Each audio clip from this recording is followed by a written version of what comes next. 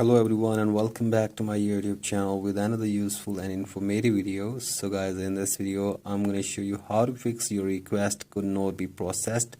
Please try again on Cash App. So guys, if you're facing this message on your Cash App and you're unable to fix it, here I will show you how can you fix it.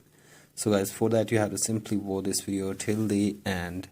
So guys, first of all, open Settings app in your device and from here scroll it below. Tap on General, again scroll it below and tap on VPN and device management and make sure that there is no connected VPN in your device. So guys, do this, and after this scroll it below and tap on transfer or reset iPhone.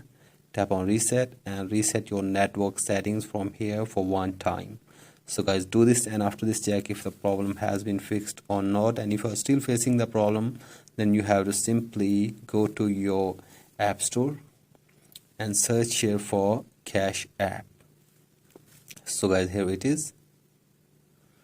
Now you have to simply update your Cash App to the latest version. So guys, install the latest Cash App in your device, and after this hopefully your problem will be fixed. So guys, that's it for today's video. Hope this video helps you.